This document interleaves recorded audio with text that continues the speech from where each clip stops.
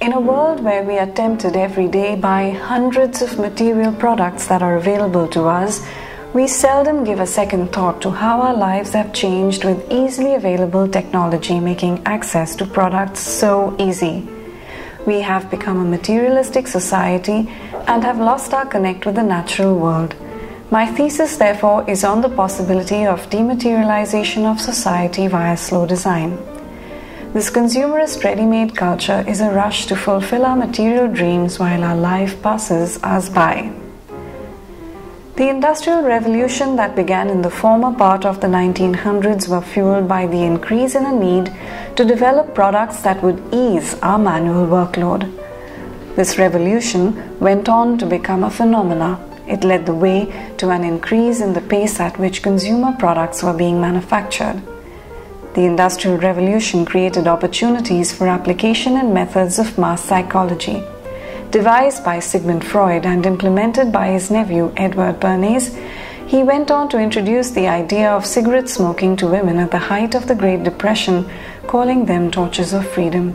He is considered a pioneer in public relations.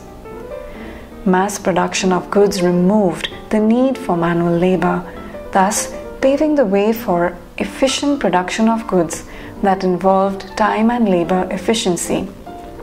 Increasingly, goods were part of a conveyor belt from the moment it was included in the cogwheel of production until the final product made it to the market shelves.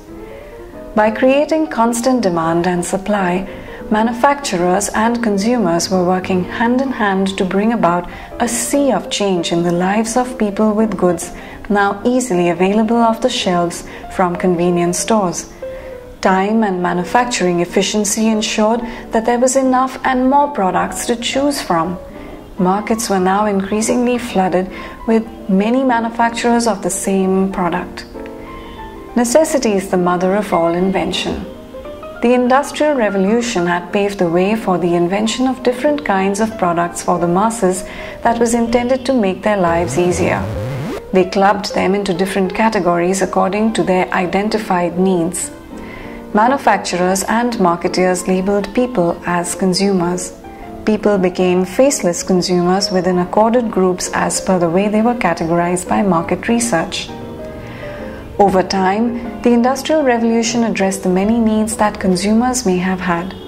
With the growing economy, multiple manufacturers were offering the same product in different forms. In order to increase a desire to own the product, the industry was receiving support in tandem from design and advertising. Through different mediums of hoardings, TV ads, radio, newspaper, magazine, and other mediums, there was an entire industry working hand in hand with the manufacturers and marketers to create a larger-than-life picture in order to facilitate this aspirational life. Driven by tight deadline schedules, design continues to play its role keeping this wheel of economy alive. With the advent of the cyber world, advertising and marketing was redefined, gaining an international reach with competition between products and services at an all-time high. As the markets have been increasingly flooded with products and services, there is also a trend of product waste being present every time there is a newer version of an older product being designed and manufactured. As consumers are spoiled for choice, there is an increasing disconnect with the reality that any number of products will not decrease our labor but instead increase it. We are also losing our touch with the reality of the lives that we are living today. It has become a materialistic choice for everything that we aspire to. No amount of so-called desires seem to satisfy us. It is like an unending chasm of consumerism, which is constantly fed by the cogwheel of economy, market, manufacturers, distributors, advertising, and the design industry.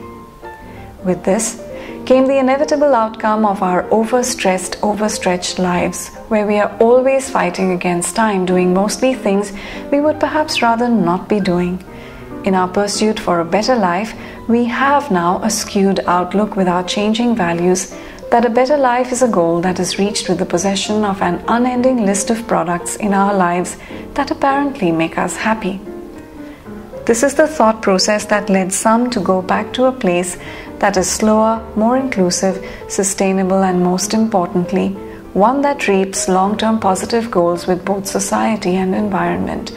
This is the slow movement. It fulfills an ethical need to work towards the betterment of society, being user-centric, thereby creating happiness conducive to a higher creative productivity. It encourages waste reduction by working towards ideas that are sustainable. When writing my thesis, I will be looking at the Industrial Revolution and the subsequent chain of events that have led to the slow movement and slow design. My reference materials will be from Alistair Fuad-Luke's Creatively Slow Designing the Present, Michael Beirut's article on the New Yorker magazine, Sagmeister's TED Talk about a sabbatical year of every 7 years, Penelope Green's article on the growth of this concept, and Devdutt Patnaik's talk on the cultural differences in the outlook of time. I will be drawing the connect with the need for dematerialization of society via slow design. Thank you for listening in. This is Nupur Sista signing out.